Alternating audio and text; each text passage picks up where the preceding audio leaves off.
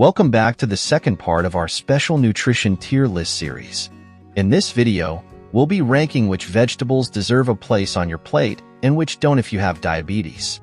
And if you haven't seen part 1 yet, I'll drop the video link right here in the description.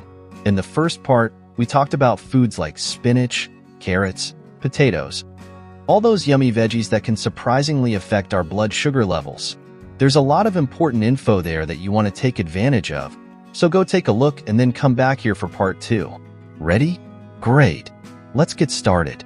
So, as you know, we'll be looking at vegetables in 5 categories: the superfoods, the excellent, the good ones, the consume cautiously, and limited consumption. But before we start, just a reminder that all the information presented here is based on standardized 100-gram portions.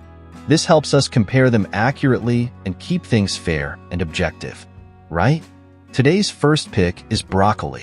Despite its appearance, this little tree-like veggie packs quite a punch when it comes to nutrition. Broccoli has some really cool qualities. Firstly, it has a super low glycemic index of 10, making it a great choice for people with diabetes since it won't spike blood sugar levels much. Plus, its high fiber content helps with that and keeps our digestion on track. Because it's loaded with folates, broccoli also works as an antioxidant.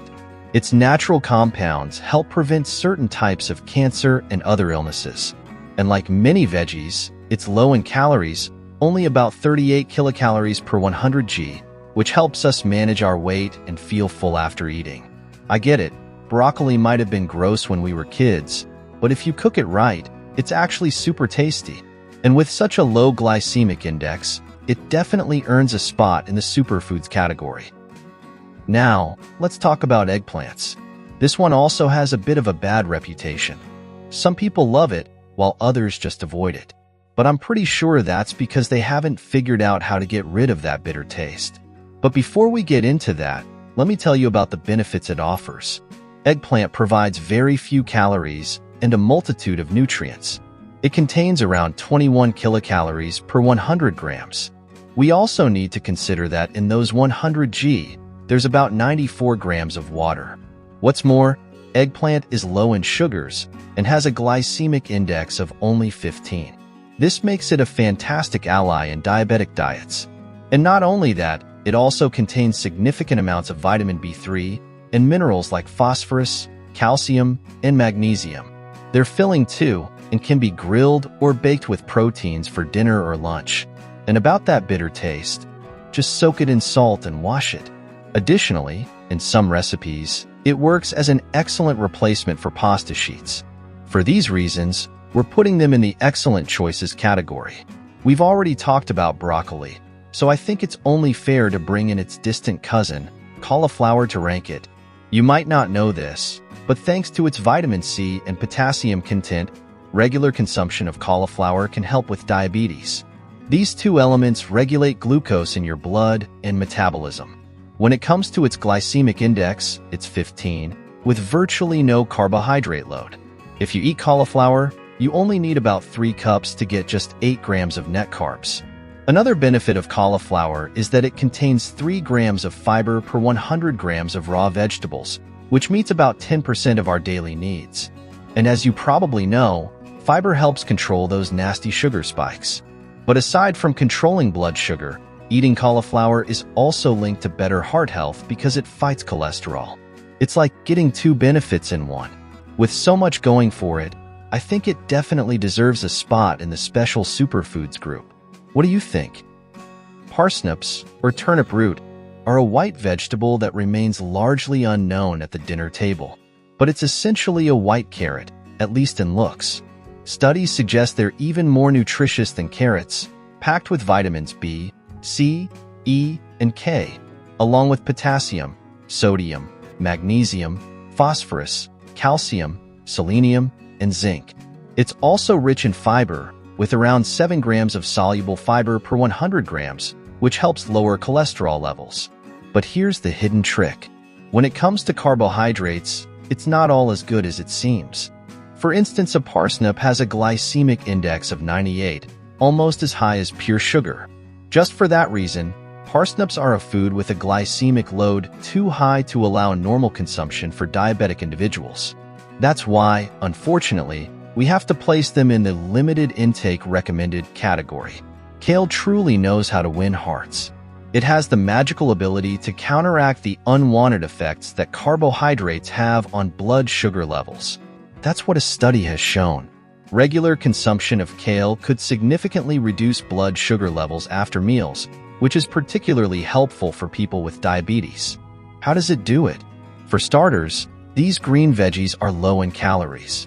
And because they also have low carbohydrate content and high fiber, people with diabetes can eat a lot of them without worrying about high blood sugar levels or weight gain.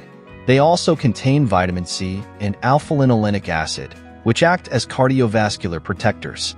With a glycemic index of 15, kale chips taste incredible if you consume them that way. But they're so versatile that you can include them in almost anything, from sugar-free detox smoothies to soups and creams. For all these reasons and more, kale rightfully earns its place within the superfoods family. This one might make you tear up in the kitchen when you're cutting it, but don't let that scare you off. Onions are much more beneficial than you think. Yes, they have a strong smell that can bring tears to your eyes, but who can resist some onion rings? Well, I'm not saying you should eat them like that all the time. I just want you to pay attention and see how we can include them in your diet. You see, onions are rich in flavonoids that help keep your heart and arteries healthy, and they can help control those stubborn sugar levels. Red onions, in particular, can boost insulin production in the body, which is great for people with diabetes. Onions also pack a punch with minerals like calcium, phosphorus, magnesium, iron, potassium, zinc, copper, manganese, and vitamins like B-complex and C. So, they offer plenty of benefits to your body. But before you start cooking them, let me tell you that to get the most out of them, it's best to eat them raw. Why? Because their glycemic index of 15 could shoot up if we cook them. So, since I know you probably wouldn't want to eat raw onions all the time, it's best to include them in your diet in moderation. That's why this vegetable goes straight into the good with moderation category. Tomatoes. Fruit or vegetable? That age-old debate, right? Well, tomatoes have a glycemic index of 15, making them one of the fruits with the lowest glycemic index. They're even considered a vegetable in many cases. So, okay, they have a low glycemic index, and we know what that means. But what else do these red buddies offer? Well, tomatoes are packed with other benefits and nutrients like vitamin A, vitamin E, vitamin C, vitamin K, and some B vitamins. They also contain potassium, calcium, iodine, zinc, magnesium, and phosphorus. Plus, they help maintain a healthy brain, muscles, and vision, protecting against cataracts and other degenerations. And it doesn't end there. Tomatoes also lower cholesterol and triglycerides and help produce red blood cells, which is a big deal for those fighting anemia. In short, tomatoes are a great choice, especially for people with diabetes, because they're slow to digest, preventing glucose levels from spiking. That's why they're in the excellent choices category. Like other legumes, peas are a surprisingly diabetic-friendly food. It contains very little natural sugar that won't cause your blood sugar to spike after eating them. Their high protein and fiber content helps keep blood sugar stable following meals. This is because the protein and fiber in peas, along with other slow-digesting carbs found in legumes, significantly slow the absorption of sugar into your bloodstream. When you eat peas, your intestine gradually releases the sugars over a longer period, resulting in a gentle rise rather than a sharp increase in blood glucose levels. Despite their tiny size and sweet flavor, it's important not to overindulge in peas, as anything eaten in excess can affect blood sugar control. While their glycemic index of 22 is relatively low compared to many carb-heavy foods, it's easy to consume a high quantity of peas without realizing. We're not saying you need to avoid them completely if you have diabetes, but minding your portion of peas and pairing them with other low GI foods can help prevent any undesired spikes in blood sugar after your meal. That's why they fall into our consume cautiously tier. The last vegetable we're ranking today is red bell peppers. I've picked these because they're slightly sweeter and packed with more health-boosting nutrients compared to green peppers. They add just 27 calories per 100 grams to your diet. They're super high in vitamins, especially vitamin C, which is triple that of citrus fruits. Plus, they're loaded with dietary fiber, keeping you feeling full longer. Another great thing is that red bell peppers aid digestion and are often used in heavy meals like spicy Mexican dishes for this reason. With a glycemic index of 15 and all these benefits, they deserve a spot in the superfoods category. That's it for today's ranking. Tell us in the comments if we covered any of your favorite veggies, and if they turned out as healthy and beneficial as you expected. And don't forget to subscribe to the channel and hit the notification bell so you won't miss any helpful health tips. Thanks for tuning in. Stay safe.